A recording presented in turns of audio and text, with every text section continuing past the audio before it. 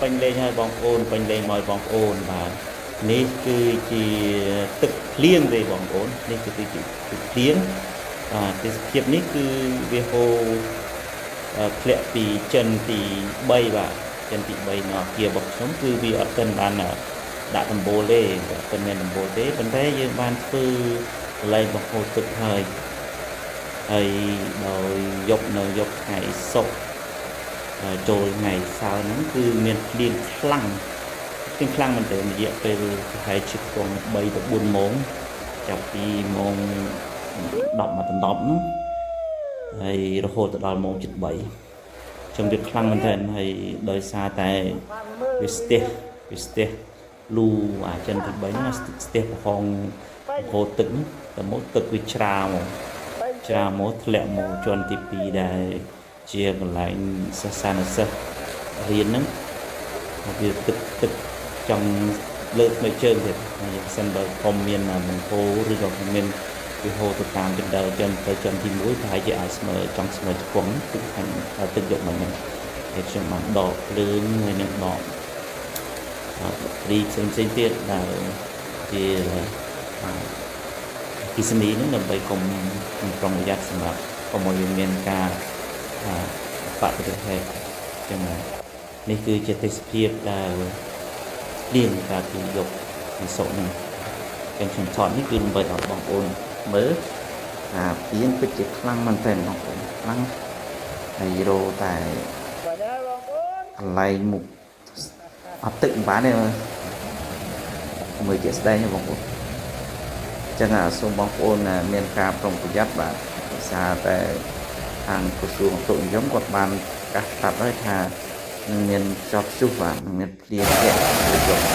ខាងសូមជើចូលមកតាមគឺជាតំណែងទៅបាទសារតែវិច្រាខាងនោះហើយវិច្រាខាងនោះទៅគឺខ្លាចទេណានឹងវាទៅទីទៅតែមិនឡើងមកមើលនេះគឺវាទៅតែចង់តែជាបាក់ម៉ងទៅបញ្ហាពីទីនេះ16កុកវាហូរមានទៅកាន់16នេះគឺលើកទៅដល់ទៅមើលពីស្ថានភាពព្រៀងស្ថានភាពទឹកមិនគឺគួរខ្លាចតែបើសិនបើយកនេះគឺយកថ្ងៃសៅរ៍អាចមាន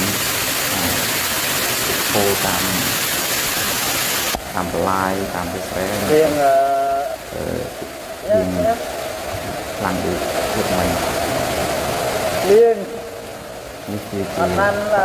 នៃជនទី3ជនទី2ហើយហូរចាក់ពីជនទី3មកវាត្រូវជនទី2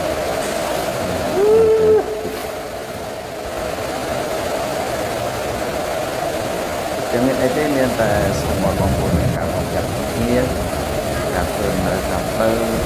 ការរស់ស៊ីទាំងការថែសារនៅរបស់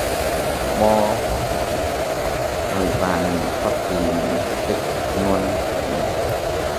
នេះគឺជាការយ៉ាងជាគុំជាតិរបស់ចឹងសន្តិភាពមានការប្រុងប្រយ័ត្នវានឹងធ្វើឲ្យយើងអាចជៀសផុតពីការខូចខាតនៅរបស់បាទតែដូចខ្ញុំហ្នឹងខ្ញុំមិនដឹងថាខូចខាតអីទេនេះហើយជាអាចខូចនៅការប្រតិថ្នាក់របស់របរនៅក្នុងថ្នាក់មួយចំនួនចឹងសូមតាមឲ្យបងប្អូនមានការប្រុងប្រយ័ត្នបាទ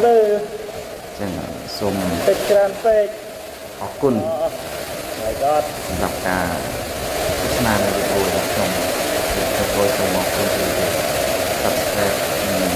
Follow និងផងដើម្បីបានវីដេអូថ្មីទៀតចូលនឹងមាន